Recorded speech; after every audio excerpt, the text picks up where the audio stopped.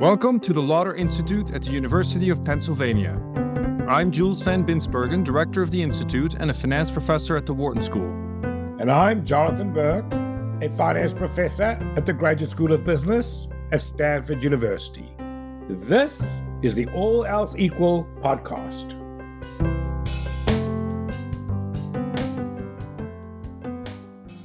Welcome back, everybody.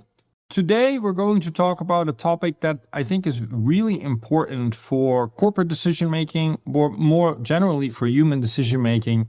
And it relates very much to what in statistics is called Bayesian updating and the way in which humans in the decision-making are able to do that properly under various circumstances. So maybe, Jonathan, first we should spend some time intuitively explaining what Bayesian updating is all about. Yeah, so I would say Bayesian updating is when you get new information, the way you incorporate that information into what you think is going to happen in the world. And it turns out there is one way of doing that that leads to the best outcomes, and we call that Bayesian updating. And I would say, actually, that Bayesian updating is perhaps one of the least intuitive branches of mathematics and one of the most difficult to understand. And at least in my experience, if I rely on my intuition, I'm usually get it wrong. I absolutely have to work the equations out every time. No, I completely agree with you, Jonathan. And I think that there are some very famous examples, even game show examples, where the optimal thing to do according to Bayesian updating is so counterintuitive. Yeah, so Jules, we could talk about the famous Monty Hall problem. You're on a game show. You win a prize if you guess which door the prize is behind, and there are 3 doors. And so the host says to you, pick a door, you pick a door. He opens a door that does not contain the prize, and you then are asked, do you want to switch?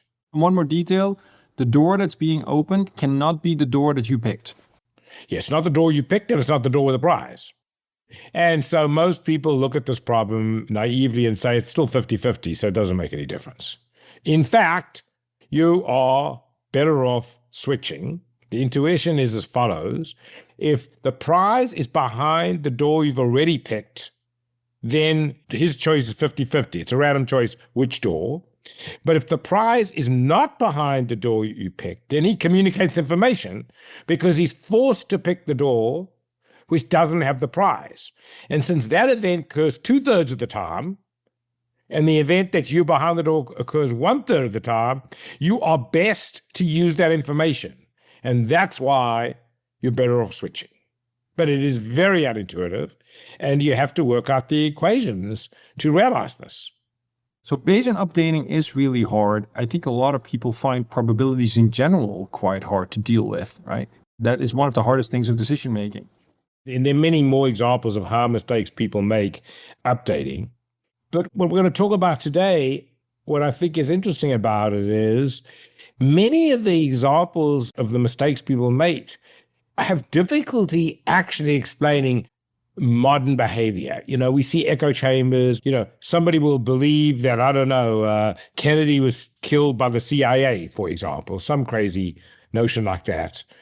And when they get evidence to the contrary, it makes them more likely to believe, not less. And when we see this behavior, that's really not explained by the common mistakes people make. And so the question is, what explains that behavior?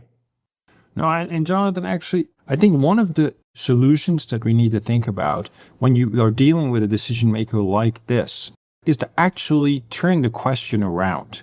Meaning, if people really believe that, you should ask them the question, give me an example of a piece of information that if I was able to give it to you, it would make you change your mind. Rather than trying to give them a lot of pieces of information to convince them that they're wrong about it. Because once they're willing to commit to such a piece of information, it's much easier to have the debate after. And of course, if the person says there exists no such piece of information that would ever make me change my mind, right? Then we have something that in Bayesian statistics we call a dogmatic prior, which says there exists no data or no piece of evidence that would ever make people move from what their prior beliefs are. The paper we will be discussing is called Sharing Models to Interpret Data, and Adi co-authored it with Schwartzstein.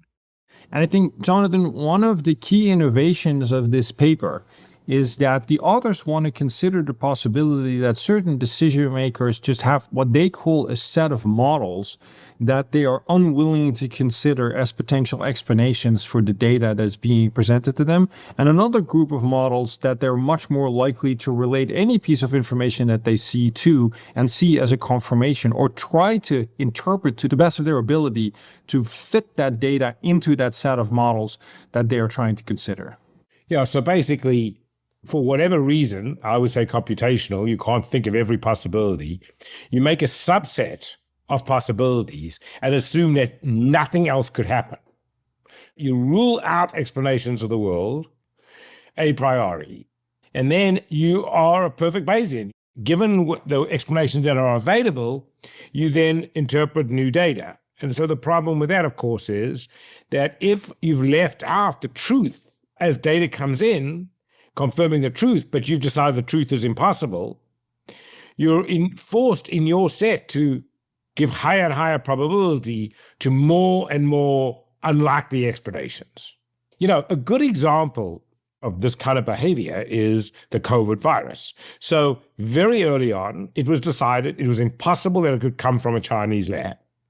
So what that meant was, as the evidence accumulated that there was something very strange about this virus, you know, that there was a splice in this virus that nobody could make any sense of, you needed more and more ludicrous explanations of how in nature that splice could happen, right? So we have found out about pangolins and, you know, various different creatures that somehow out of this virus got to Wuhan, and markets that people traded this stuff in, and it became more and more ludicrous. But that was a consequence of you couldn't consider the likely explanation. And so therefore, Jonathan, I think that this paper, as much as it is a description of individual behavior, I really also would like to interpret it in the context of sociological behavior. In other words, is it possible that you grow up in or interact with a particular group of people where a set of explanations are just not allowed to be considered because if you bring them forward as hypotheses, you're ousted from the group or there are severe social penalties to that? And then once you're in that environment, I think as a group, you get this collective assignment of trying to be super creative in terms of together coming up with crazier and crazier explanations.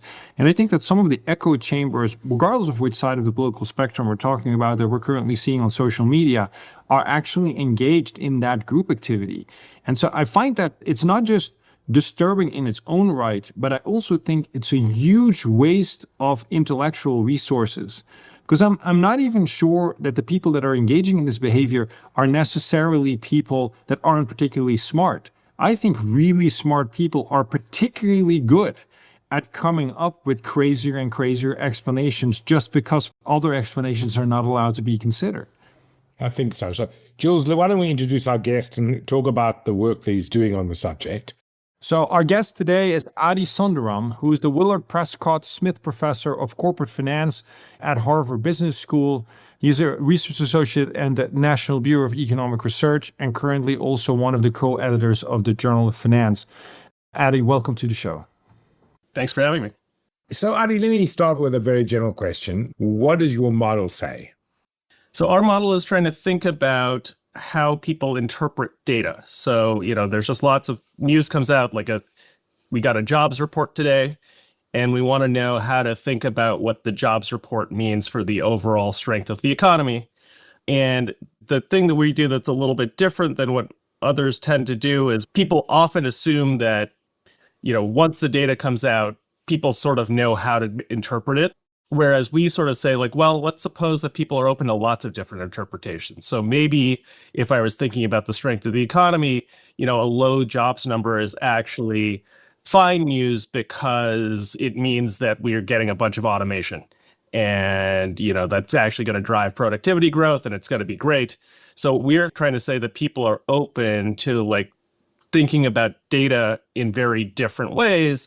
And then we're trying to understand the implications for that. Now, of course, in a perfectly rational model, you would do some of this too. We should be open to a bunch of different interpretations and think about what each of those interpretations implies and then sort of average over them. So what we do in our model that's a little bit different is just say two things. One, which is not that far from rationality, is saying, I like explanations of the data that sort of fit it well. I don't like explanations where you just throw up your hands and say, I don't know. But a Bayesian would actually do a little bit of that. The second sort of more important thing is that when I'm thinking about an interpretation that you, Jonathan, gave me, I don't necessarily think about all the other possible interpretations you could have given me. And so I'm sort of underestimating exactly how much flexibility you had in coming up with an explanation that sort of fits the data well. That's sort of a very rough outline of the model and the paper. And sort of the key implication of it really is that, the truth need not win in the long run, because after the fact, you can always come up with a story that sounds better than the truth. In our finance type setting, you might say, like, suppose the random walk hypothesis were true and stock returns were really unpredictable. Well, that doesn't sound so great when my neighbor tells me he made a bunch of money in NVIDIA stock, right? That just doesn't fit my data that well. And therefore, I sort of cast doubt on the random walk hypothesis for mine. But it's because the interpretation was sort of picked after the fact. So, Adi, there are a whole bunch of reasons for why in the end in the data we might observe this sort of thing, right? So it could be that it's just easier to not have all of these different scenarios in our heads, and it's just way too complicated to be a true Bayesian and to have all of these different models, and therefore I converge to one. Another one is, I was raised in a family and they've always told me that particular model that always was discussed at the dinner table. There is the possibility that being surrounded by people in my social network that share that reality and everybody confirms each other in that reality. What is sort of the prevalent preference or reason for why you think people end up modeling things this way in their head? Yeah, the place I would start from is, I'm not sure we're right. I'll try to actually be patient about it. I'm not sure we're right. But, there's two things I like about this approach. One is often, as you were saying, we sort of jump to the end and, it's like sort of what like Kahneman would call like system one thinking. We just assume that people are going to have a gut reaction and they're going to overreact or underreact. Whereas this thing is like taking more seriously, like people actually do spend a ton of time thinking about data. This paper has actually caused me to like read a bunch of the things that anti-vaxxers say. It's not like they're ignoring the data. They are digging deep into studies and like, coming up with all, like, they're looking at the data. And so, I sort of am interested in this idea that how can you go astray if you're really, really data focused? Yeah. And the other thing that I think is just, like it's usually a little bit outside of our economic models, but it's sort of like fact zero of the paper is that people spend a lot of time talking about interpretations. I mean, I remember this from, the COVID inflation years, like 21 and 22. After every CPI, there really was like inflation hawk Twitter and inflation dove Twitter. And they would be reading those CPI reports in totally different ways. But interestingly, they'd always come back to sort of sticking with their priors. Like very few of the inflation doves. I mean, I will confess, I was an inflation dove and I was wrong.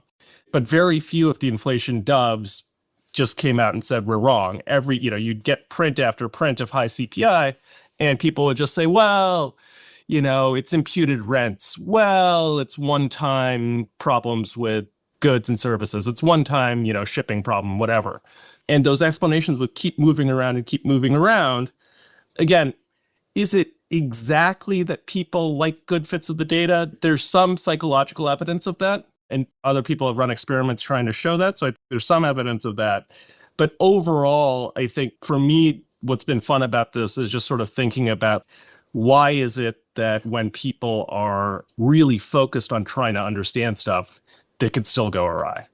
I mean, a more typical or a common model of irrationality would be, say, something like, well, people just don't Bayesian update.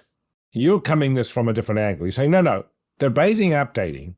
They're just limiting the set of possibilities to a small set. Yes. So how would you, A, differentiate those two models?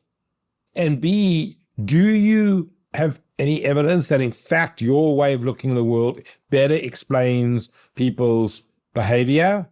And then C, I assume you do have some sense of that. Is there any intervention you could think of to help with this issue? Yes, so let me do it in parts. So the first part, I think, is that one prediction of I have all the models and making mistakes in Bayes' rule. If I then give you a model again, nothing should happen because you already had that model, you sort of understood it, you used it, but you just used Bayes' rule wrong.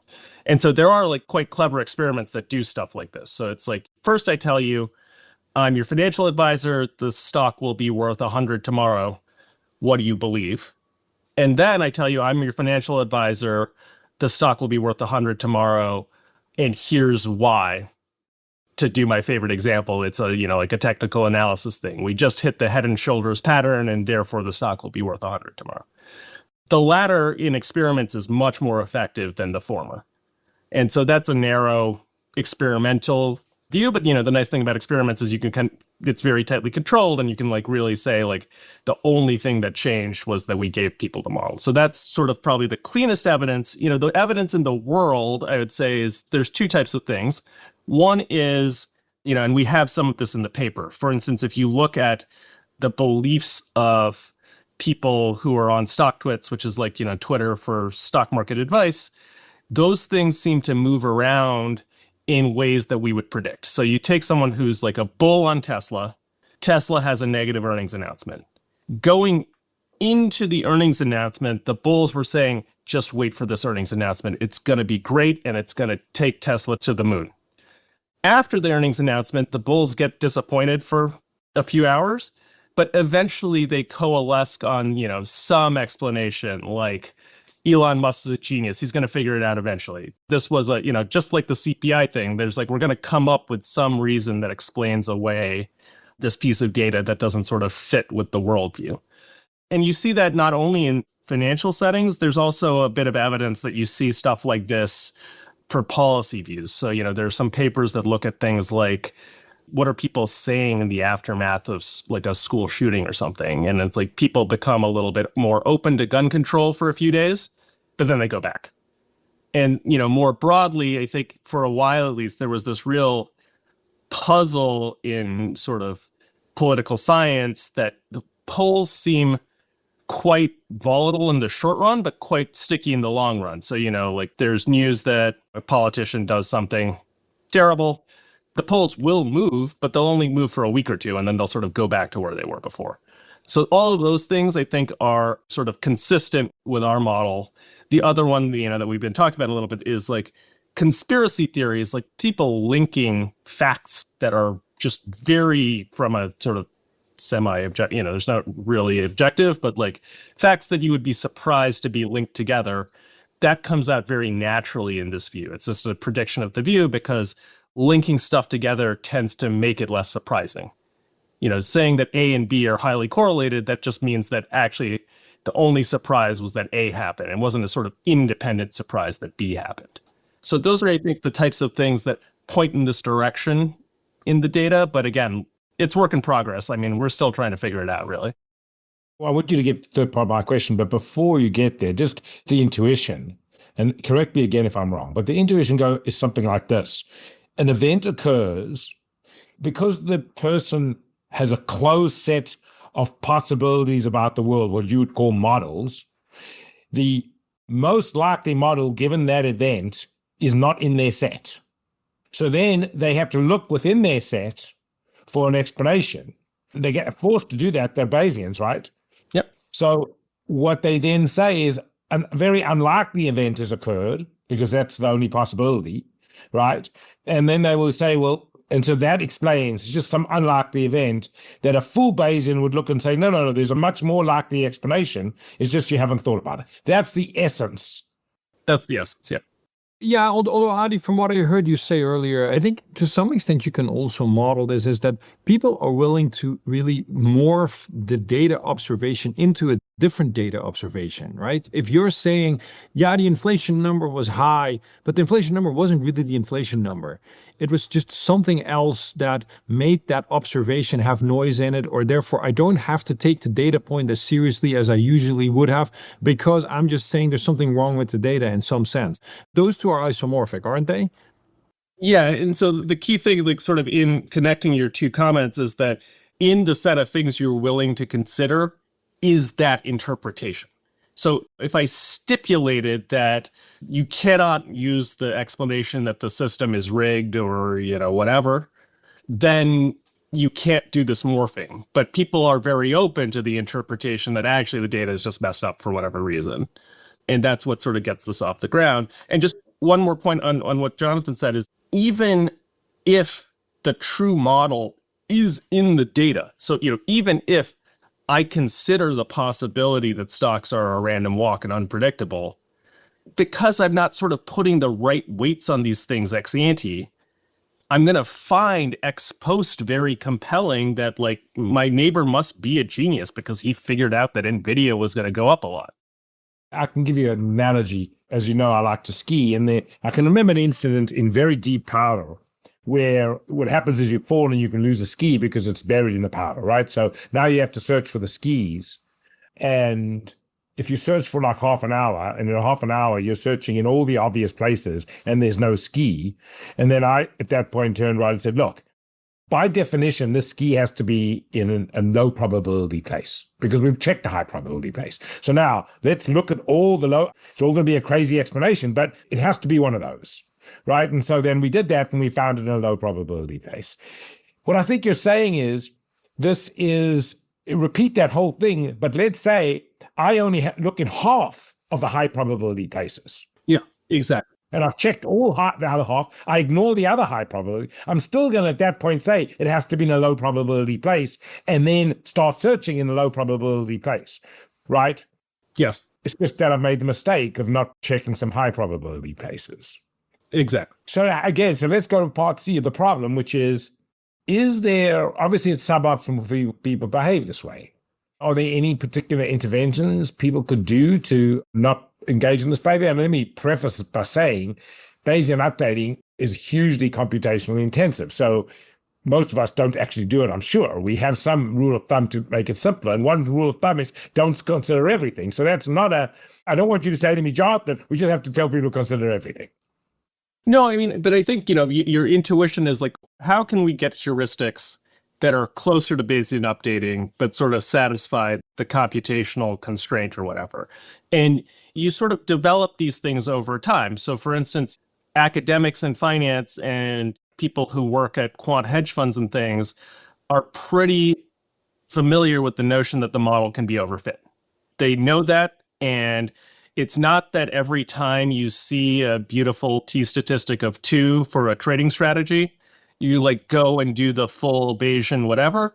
You just know that you're supposed to be a little bit skeptical of that because it's likely overfit. And so I think bringing that intuition into other settings can be helpful. I think the basic questions you want to ask yourself are things like, would I have found this explanation at all possible, like before the CPI print came out? Would that have entered my mind as a thing that I would even remotely be willing to entertain? Those kind of things, at some level, again, it's a little bit hard, but again, I was an inflation dove. I sort of knew, even in the moment, that I was indulging in some ex post rationalization. I think you're a huge exception. And the reason why I think you're a huge exception is that one thing that I always found very curious about being a professor and also about students is that the moment that a student or a professor understands something, you cannot imagine a world anymore where you have not understood it.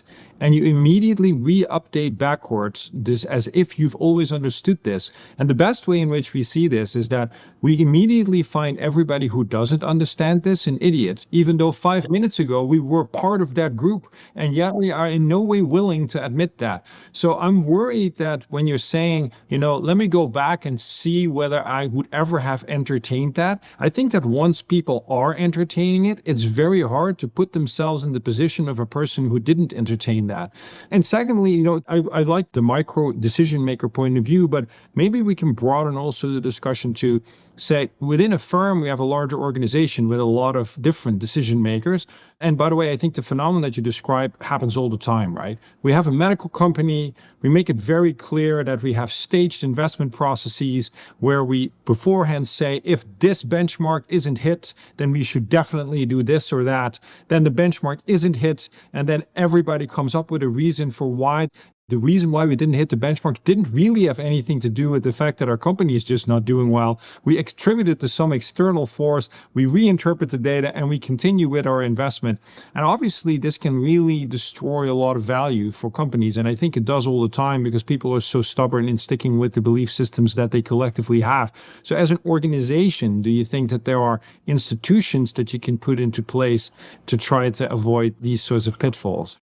It's a great question. We're thinking about it. Let me give you one example where I think things sort of work well given the objective. So criminal justice, the way we set up the justice system is there's prosecution and defense. They both see all the data and then they make arguments. In our sort of view, that gets you to a place where like a lot of the data is thrown out because the prosecution has a good story for it. The defense has a good story for it. You can't really use it to convict or not convict. But if your objective is to convict only in the cases where, you're guilty beyond a reasonable doubt, if your standard is like, we want unambiguous certainty that there's no interpretation where you didn't do the crime, Yep. then setting things up in the prosecution defense way is a way to implement that. Like the only things that we're going to get are like, you were literally caught red-handed. That's when you get convicted. Understood. So that's different than a business setting, but that's a setting where actually, the idea that we're all going to see the data first and then we're going to make arguments, I think sort of makes sense. In your organizational setting, I think the one thing we've sort of thought about and experimented with is rather than setting things up as prosecution defense, where there's sort of, one team is for it and one team is against it, try to set up teams that are model driven. So if you took the sort of sports example, you don't want people switching back and forth between the Moneyball argument and the like old fashioned baseball scout argument for why we should hire a player. Instead, what you want is you tell the Moneyball people, you go off by yourselves and come back with what you think is right for each player. You tell the scouts, go off by yourself and come up what you think is right for each player. And then you need to integrate across them. So actually separating teams into sort of model-based views and then having a judgment maker who looks at their models or interpretations separately gets you closer. Again, basically what we're trying to do is get to what the Bayesian would do. Like get to, I want to hear all the models and then I want to sort of have a view on how ex ante likely they were plus how well they fit the data. So again, this is not perfect. It won't get you all the way there, but sort of organizing things in, I want to group people by their view of the world, as opposed to I want to group people by the outcome. That might be able to help, but that's a question we're like working on pretty actively, actually. One last question, which is, I know you have views on social media and this phenomenon. So what do you think? So one, this phenomenon is not exclusive to social media. Like people persuade each other at the water cooler, at work, people exchange interpretations all over the place. In our academic thing, it's if somebody surprisingly doesn't get tenure at a top school, you will all make up reasons that you think that happened, right? What I think social media does is it really amplifies the ability for people to get into these like very segmented communities. And so, prior to Twitter, would all of the inflation doves been talking to each other and all trying to figure out why the latest CPI release was why we should ignore it? No. And so, social media, I think, really amplifies these things. If I just talked to my neighbor or something, I wouldn't have gotten such a precisely, optimized narrative. But, I think the other thing about this is that, again, in the rules of thumb type or heuristic type argument, over time, people will get better at using social media and like not really overreacting to one person's interpretation. But because it's sort of still a new thing, I think we're still at the stage where like those heuristics and sort of rules of thumb and, even social guardrails don't really exist yet. So I think that social media is very special in the following way. People are generally bad at understanding selection effects. And so in this particular case, the information that you're fed and the opinions that you hear from others, and they're so carefully selected to already coincide with your own, that you're going to have your own beliefs confirmed and you attach value to that. And so as a Bayesian updater, if you knew that those people had been pre-selected to only agree with you from a huge set of people with opinions that potentially could not agree with you, you should not put any weight on those additional opinions because they're not representative at all for the cross-sectional distribution of opinions. But now, if you overweight that, you just get further and further confirmed. So I think that pre-selecting these audiences that way, even for a perfectly Bayesian updater who just doesn't understand the selection effect, is already disastrous, wouldn't you say? Yes. There's a version of that is about interpretations. And then, there's that people make this argument more generally that social media is a bit of an echo chamber and that like you're actually not even seeing the information. Like if there's a bad CPI print, do the inflation doves even know about it? Both things seem to happen. I think, actually Matt Genskow and others have some interesting work suggesting that the informational type of echo chamber is not quite as strong as one might worry about. So, even like people who watch Fox News basically know the set of news results that everyone else knows. It's not like we're missing huge swaths of the data or the information per se, but you're getting a bunch of different interpretations of that data than you would on, MSNBC or something. But, in our thing, I think the difference is in an information type driven world, the second I drop one bit of information on you, like the vaccine has been pretty effective, everybody immediately agrees that vaccines are now good. Whereas in our world, if I drop that bit of news on you, you make up a bunch of stories about how the studies were run poorly and the academics are corrupt and this, that, and the other. And so at some level, this sort of interpretation-based echo chamber is sadly more robust than an information version. Wonderful. Well, Adi, it was a very interesting discussion. I mean, these are the big questions of our time. I think it's hugely influential. So it was really interesting. Yeah, thanks a lot. This was really fun. And like I said, I want to be cognizant that I don't think we have fully figured it out yet. I might be wrong, but it's certainly, like you said, it's an important and very interesting set of issues to think about. Well, Adi, if I hear any other interpretation of what's going on, I will ignore it because I really like what you just proposed. Very good. Thanks for listening to All Else Equal podcast. Please leave us a review at Apple Podcasts. We love to hear from our listeners. And be sure to catch our next episode by subscribing or following the show wherever you listen to your podcasts. For more information and episodes, visit allelseequalpodcast.com or follow us on LinkedIn.